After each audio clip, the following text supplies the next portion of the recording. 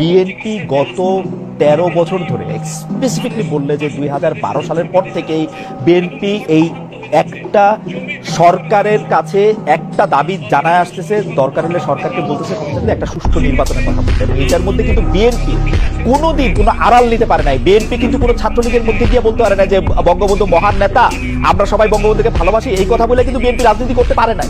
বিএনপিকে রাজনীতিটা করতে হয়েছে বিএনপির কথা বলেই, শেখ হাসিনার এগেনস্টে কথা বলেই বিএনপি রাজনীতি করতে হয়েছে। তার জন্য মামলা মোকদ্দমা, জেল জুলুম যত কিছু করছে চা খাচ্ছে।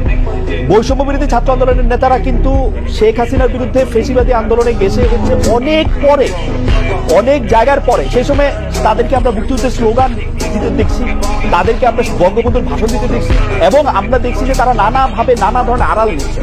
বিএনপিকে কিন্তু সুযোগটা পায় না। আমার প্রশ্নটা হচ্ছে, যেই বিএনপি এত ত্যাগ করলো এবং তারা কিন্তু সরকারে গিয়া ৩ জন মন্ত্রী হয় নাই, ৩ জন মন্ত্রী এই বৈষম্য বিরোধী ছাত্ররাই হয়েছে।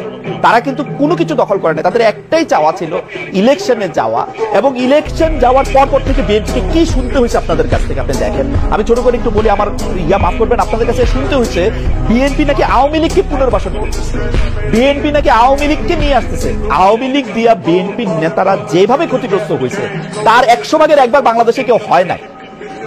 এরপরও বিএনপি কেমনি শত্রু হইল এনসিপি, এইটার কারণটা কি? মানে বিএনপিকে ক্ষমতা থেকে ঠেকানো